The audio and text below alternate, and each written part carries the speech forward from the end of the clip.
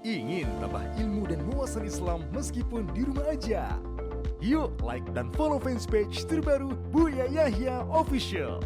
Sebar seluas-luasnya agar semakin banyak yang mendapatkan manfaatnya. Assalamualaikum. Waalaikumsalam warahmatullahi wabarakatuh. Mari salawatnya terlebih dahulu, Pak. Allahumma salli wa sallim ala Sayyidina Muhammad wa ala Sayyidina Muhammad. Bapak siapa dari mana? Ya, saya dengan hamba Allah dari Nganjuk. Masya Allah. Baik, Pak bisa langsung bertanya kepada Buya. Assalamualaikum Buya. Waalaikumsalam warahmatullahi wabarakatuh. Masya Allah, alhamdulillah akhirnya bisa bicara langsung dengan Buya ya. Alhamdulillah, Masya Allah. Makasih. Alhamdulillah, ini saya di jalan Buya. Tadi sambil mendengarkan ceramah, nyambung alhamdulillah. Saya agak minggir sedikit bertanya Buya. Alhamdulillah, Masya Allah. Alhamdulillah, Insya Allah. Ya Buya, saya pemuda dari Nganjuk Buya. Masya Allah. Ingin melanjutkan pertanyaan yang tadi dari santri Buya. Untuk kami Buya, para pemuda, insya Allah saya menjauh dari yang namanya pacaran seperti itu. Tapi insya Allah saat ini saya di usia yang insya Allah siap menikah dengan finansial yang insya Allah juga siap. Tapi masih bingung juga Buya, caranya yang syar'i bagaimana. Baik. Dan untuk tips dari Buya dulu kan melihat sekitar kita yang kira-kira cocok bagaimana. Baik. Kali ini bagaimana kalau kita mencari melalui media sosial, lalu mencari mendalami akhlak beliau melalui secara diam-diam melalui tetangganya, untuk sekitarnya itu bagaimana Buya tanggapannya? Baik. Dan sedikit Buya, mau tambah sedikit pertanyaan mungkin bisa dibahas lain waktu. Saya minta itu Buya amalan doa setelah sholat yang secara detail mungkin dibahas di lain waktu juga tidak apa-apa. Baik. Dibahas secara detail itu ya urutannya. Terima kasih Buya, terima kasih. Assalamualaikum warahmatullahi wabarakatuh. Assalamualaikum warahmatullahi wabarakatuh. Masya Allah. Semoga Allah memberikan segala kebaikan buat yang bertanya dan semua yang mendengar. Jadi solusi tentang permasalahan anak zaman sekarang berkenaan dengan urusan lawan jenis, urusan dengan syahwat, bagaimana bisa menghindari dan sebagainya. Yuk kita menjadi orang cerdas gini loh ya. Kita buat contoh saja. Kalau kita lagi dahaga itu paling enak adalah minum es seger kan begitu ya. Cuman dahaga kita di bulan puasa. Karena dahaganya di bulan puasa, ya berarti boleh makannya, boleh minumnya kapan? Saat buka. Kalau belum waktunya buka, Anda tidak usah deket-deket es deh. Di siang hari lagi panas melihat saya, berhayal. Tambah tersiksa. Minum juga enggak boleh. Kalau orang minum saya akan ngaji Quran saja. Setiap hari hanya mikiri gelasnya. Oh, Masya Allah, enaknya. Jam 12 siang. Oh, tambah ngenes. Selagi belum waktunya minum, jangan tampakkan sudah nanti saya simpan, selesai. Ngapain? Kita sibuk yang lain, ngaji, baca Al-Quran dan sebagainya. Urusan syahwat juga demikian.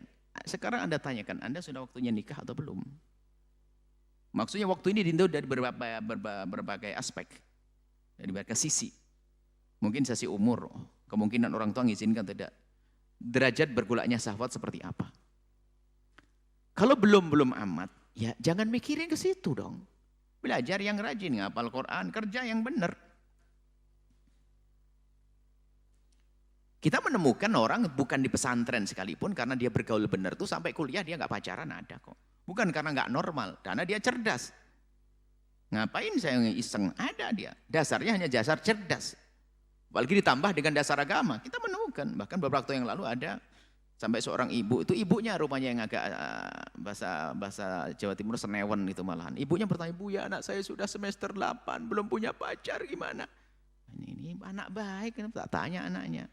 "Iya Bu ya, saya pikir saya ingin menyelesaikan kuliah dan saya tidak urusan dikit." Udah bener ya, padahal ini bukan dengan dasar agama, dasar pikiran cerdas.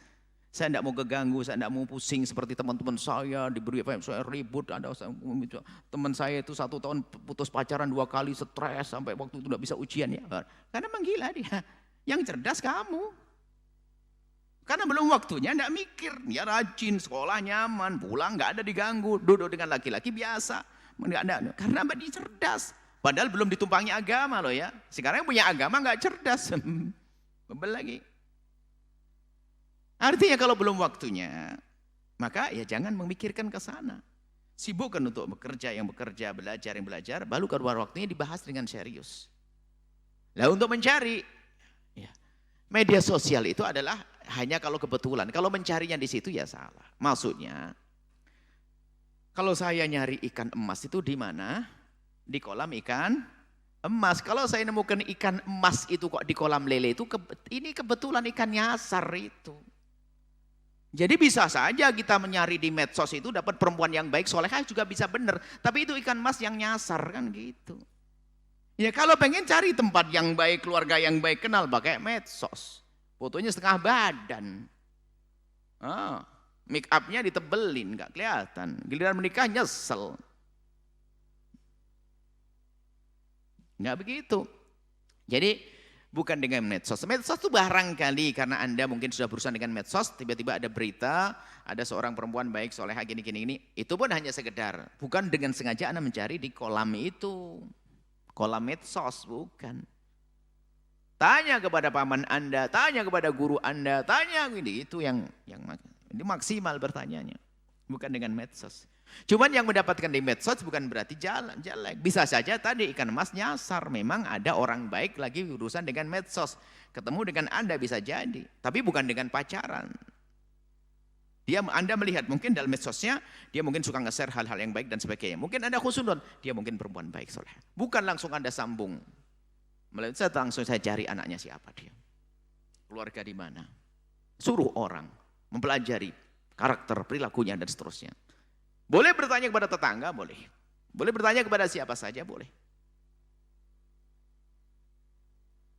Nah, termasuk kita kalau ditanya tentang seorang, boleh kita menyebutkan tentang kejelekan seseorang dalam irama pernikahan, tapi tidak boleh berobrol satu-satu. Misalnya gimana tentang anunya dia, apa sifatnya ini, pemarah atau tidak? Antara tidak sama marah. Oh, dia lembut sekali. Atau wah, dari sisi ini dia sangat baik, cuman dia memang sering emosian. Bisa saya begitu. Tapi nggak boleh belum sampai emosian, dia suka ini loh. Tambah nggak boleh, dia hanya memberi jawaban satu-satu. Ini insya Allah ini adalah pendidikan khusus, insya Allah ini pernah kita hadirkan dalam bagaimana mencari pasangan yang benar sesuai dengan petunjuk baginda Nabi agar kita tidak sesat karena dibawa oleh petunjuk-petunjuk sinetron atau novel-novel picisan. Ya, tidak bisa. Jadi kita perlu belajar dalam mencari. Insya Allah Anda bertanya insya Allah serius. Anda tanya lihat keluarga siapa, jangan dengan medsos. Keluarga siapa, bagaimana keadaannya, kemudian setelah itu Anda kirim orang ya, tanpa harus Anda berinteraksi langsung. Anda cukup mendengar beritanya saja, itu lebih akurat itu. Lebih serius dan lebih benar. Daripada kita tanya langsung, kami setelah sholat, sudah, padahal enggak sholat. Ya, enggak sholat, Masya Allah. Ya ngaji, ya tahajudan, ya Alhamdulillah. Cuman rumahnya sudah disiapkan ketikanya sebelum tidur, nanti tahajudan. Nanti tidur lagi, pembohong. Ya, baik. Semoga Anda ini yang bertanya mendapatkan pasangan yang solehah, insya Allah. Karena apa? Insya Allah Anda orang baik, rindu kebaikan, rindu kemuliaan. Bertanya karena Anda ingin tahu jalan yang benar. Semoga Allah berikan petunjuk kepada Anda sampai kepada istri yang solehah yang menjadi sebab kemuliaan, kebahagiaan Anda di dunia dan di akhirat. Wallahu a'lam bissawab. Afan Buya untuk pertanyaan kedua Buya, meminta amalan doa setelah sholat. Oh nanti, mau dibahas pertemuan yang lalu. Amalan doa setelah sholat ada zikir yang dihadirkan oleh Al-Bahjah. Ada zikir-zikir setelah sholat itu ambil semua dari baginda Nabi. Nabi mengajarkan zikir setelah sholat. Bahkan disunahkan zikir. Bahkan pendidikan. Nabi menghimbau kepada Sayyidina Mu'adz untuk melakukan zikir setelah sholat dengan bahasa kasih. Ya Mu'adz ini uhibbuk, ya Mu'adz ini uhibbuk, ya Mu'adz ini uhibbuk. Hei Mu'adz aku mencintaimu. Kul katakanlah dubura kulli sholatin setiap sholat. Allahumma inni ala dzikri wa syukur dan seterusnya masih banyak. Ada riwayat yang jelas yang kita hadirkan dalam zikir setelah sholat itu semua kita ambil dari zikir sekelumit daripada zikir-zikir baginda Nabi Muhammad sallallahu alaihi wasallam. Wallahu a'lam bishawab.